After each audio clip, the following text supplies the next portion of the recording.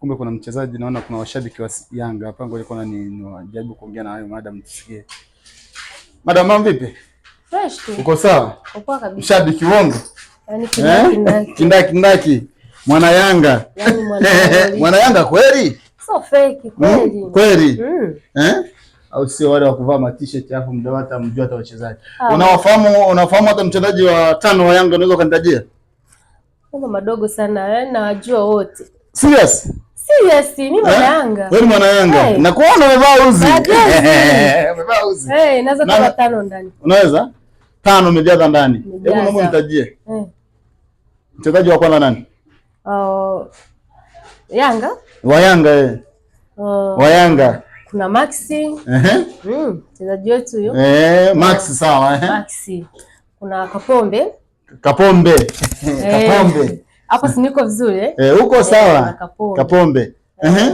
Afu kuna nani yule anamuita nani? Nani? Jina linakuja linapotea. Linakuja linapotea. Shabiki wa Yanga. Huyu ndio mshabiki wa Yanga kindaki. Yaani unajua Mpanzu, mna Mpanzu. Ulikuwa wapi? Mpanzu na yeye wa kwenu. Wa kwetu huyo. Yaani kuna na Hussein. Na Hussein Junior wa kwenu Yanga. Wa kwenu. Au na nanili na Kibu Dennis na yeye pia ni wa kwenu Yanga, uongo? Mwanangu sasa. Uhakika? Uhakika upo, lakini mambo mengine vipi? Fresh jamani, huyo ndio mshabiki wa Yanga kindaki kama unavyomwona madam ametupia uzi wa Yanga na washabiki wanaotaja wachezaji ndio hao kama unaosikia. Wachezaji wetu. Wachezaji wao.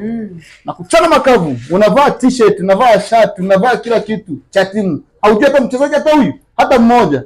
Wewe sasa ni mshabiki wa aina gani? Unatuaibisha. Wewe sio mshabiki wa Yanga wala nini, haujui chochote. Haujui chochote.